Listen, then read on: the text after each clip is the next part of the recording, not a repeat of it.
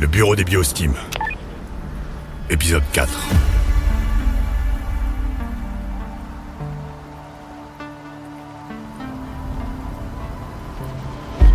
La première fois que j'ai vu Jeanne travailler, vraiment travailler, c'était il y a 3 ans. On était face à un champ de blé qui jaunissait. L'agriculteur parlait de carence. L'agent de terrain parlait de maladie. Et Jeanne, elle a regardé les feuilles en silence. Puis elle a dit, c'est ni l'un ni l'autre. C'est à l'intérieur que ça se joue. C'est un stress abiotique qui perturbe le métabolisme de la culture.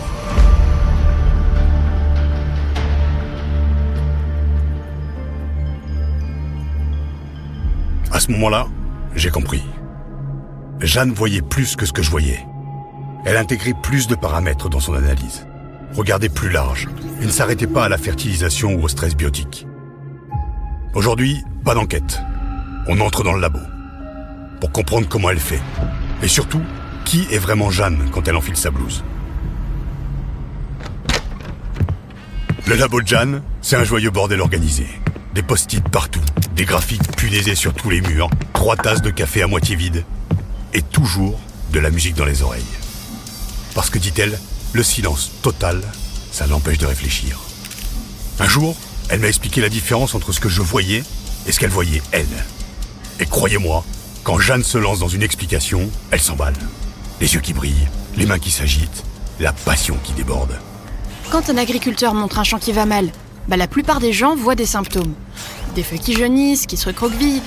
Mais moi, ce qui m'intéresse, c'est la cause. Ce qui se passe vraiment à l'échelle microscopique. Parce que quand une plante ne pousse pas normalement, c'est pas juste visible. C'est un stress. Et ça perturbe le métabolisme de la culture. Donc c'est biologique et c'est moléculaire. Et c'est là qu'intervient une partie de sa caisse à outils. Mais avant de rentrer dans le dur, il faut que vous sachiez un truc sur Jeanne. Elle déteste le jargon scientifique pompeux. Elle dit souvent qu'elle doit pouvoir expliquer son travail à un gamin de 10 ans, ou pire, à moi. Par exemple, quand elle m'a parlé des analyses ohmiques. Perso, j'ai d'abord cru qu'elle me faisait une blague. Ça sonnait comme un nom de super-héros. Genre les ohmiques contre le stress hydrique. Mais Jeanne, elle a pari. Elle a juste attrapé un marqueur et elle a commencé à dessiner sur le tableau blanc. Les analyses dites ohmiques de l'orme, c'est pas de la science-fiction. Disons que c'est juste un nom pour désigner toutes les analyses qu'on peut réaliser au laboratoire pour comprendre ce qui se passe dans la plante et qui conduit à ce que tu vois au champ. En gros, c'est notre boîte à outils pour lire l'invisible. Dit simplement. Bon, si on résume, t'as tout d'abord l'analyse génomique pour identifier les gènes impliqués dans les activités biologiques, comme la photosynthèse, le stress thermique, la régulation hormonale. Si tu veux, c'est un peu comme la carte d'identité génétique de la plante. On veut comprendre quels gènes interviennent dans l'activité de la plante et son adaptation à son environnement. Ensuite, il y a les analyses transcriptomiques qui permettent de déterminer le niveau d'expression des gènes. Là, on va plus loin. On regarde quels gènes sont réellement activés ou désactivés dans une situation donnée. C'est comme observer quel musicien joue vraiment dans l'orchestre, à quel moment et à quel volume. Puis, l'analyse protéomique permet d'identifier les protéines et de quantifier leur niveau d'activité. Les protéines, soyons clairs, ce sont les travailleurs infatigables de la cellule. C'est à elles que revient le travail concret, c'est-à-dire transporter les nutriments, défendre contre les stress, structurer les tissus. On mesure leur présence, leur quantité et leur activité. Et en parallèle, les analyses métabolomiques pour identifier les niveaux d'activité biologique des cellules. On analyse toutes les petites molécules produites, sucre, acides aminés, hormones. C'est un peu comme prendre le pouls de la plante en temps réel, voir si elle est en forme ou si elle souffre. Et enfin, les analyses phénomiques. C'est la phase finale. Elles permettent de mesurer les traits morphologiques et physiologiques des plantes en lien avec l'expression des gènes, le niveau d'activité des protéines, etc., etc. Très complexe. Trop complexe pour moi, franchement. Mais ce dont je suis sûr, c'est qu'avec une telle méthodologie, on peut comprendre ce qui se passe dans la plante en fonction de son environnement. Et ça, c'est fondamental pour comprendre la cause, la conséquence et développer une solution. D'ailleurs, un jour, Jeanne m'a montré le résultat concret de tout ce travail. Elle avait ce sourire qu'elle a quand elle est fière d'une avancée. Tu vois, Delorme, tout ça c'est pas juste de la théorie, hein. C'est grâce à ces analyses ohmiques qu'on a pu développer la plateforme GeaPower. On a identifié précisément les mécanismes d'action, les moments clés d'intervention, les dosages optimaux. GeaPower, c'est pas un coup de chance. C'est le fruit de cette approche scientifique rigoureuse, des centaines d'heures d'analyse, de tests, de vérifications. C'est comme ça que la plateforme GeaPower apporte une compréhension profonde de ce qui se passe vraiment dans la plante. J'ai compris ce jour-là que derrière chaque biostimulant de Syngenta, il y avait tout ce travail invisible, toutes ces technologies, toute cette rigueur. Parce que comprendre la plante, c'est une chose. Prouver qu'un biostimulant fonctionne, c'en est une autre. Et là, Jeanne change de costume.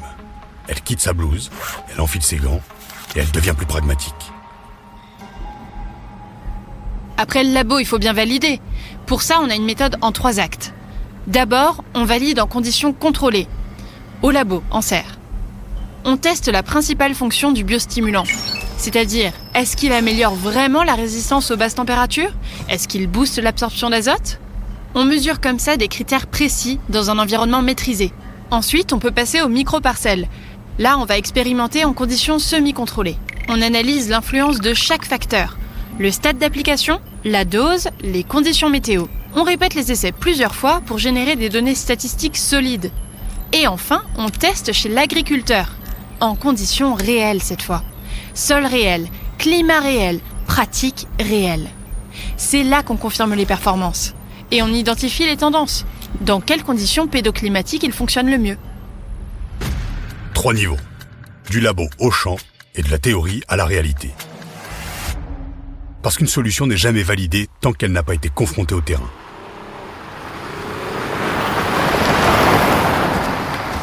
Et pour connaître ces conditions, on a des outils digitaux. Un Terrascan par exemple. C'est un capteur à rayons gamma placé sur un quad qui scanne les parcelles. Il capte la radioactivité naturelle du sol avec une grande précision. En gros, il ausculte le sol sans le toucher et il génère des cartes détaillées parcelle par parcelle pour comprendre ce qui varie en vrai sur le terrain. La structure, les éléments nutritifs, la matière organique, etc. On peut aussi s'aider de Cropwise, tiens. C'est un outil d'aide à la décision. Il utilise des modèles agroclimatiques pour piloter nos interventions, notamment en suivant les conditions météo. Est-ce qu'on détecte un stress ? Quand appliquer ? Bref, Cropwise nous aide à prendre les bonnes décisions. C'est ça, le travail de Jeanne. Voir l'invisible au microscope. Puis confronter cette vision à la réalité du terrain, jusqu'à ce que la solution soit solide. Et c'est là qu'on voit son obsession pour le détail. Un soir, je suis passé au labo.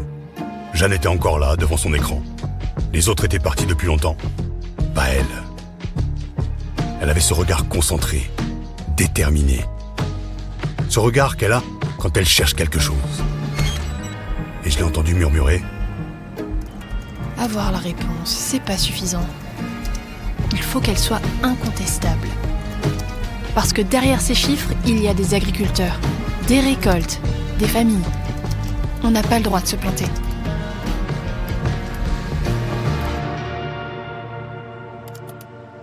Elle n'avait pas vu que j'étais là. Mais ces mots résument exactement qui est Jeanne. Quelqu'un qui porte la responsabilité de ses résultats. Au bureau des Biostimes, on a une devise. Chaque plante a droit à une défense. Chaque agriculteur mérite une réponse. Et c'est grâce à Jeanne qu'on peut la trouver. Parce qu'elle a les outils, la rigueur et cette conviction. On peut toujours trouver la solution.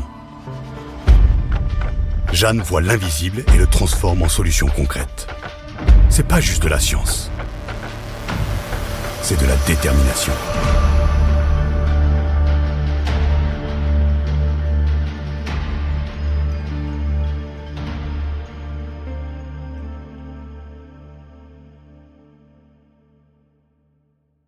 Cropwise, GeaPower, Interascan sont des marques enregistrées du groupe Syngenta.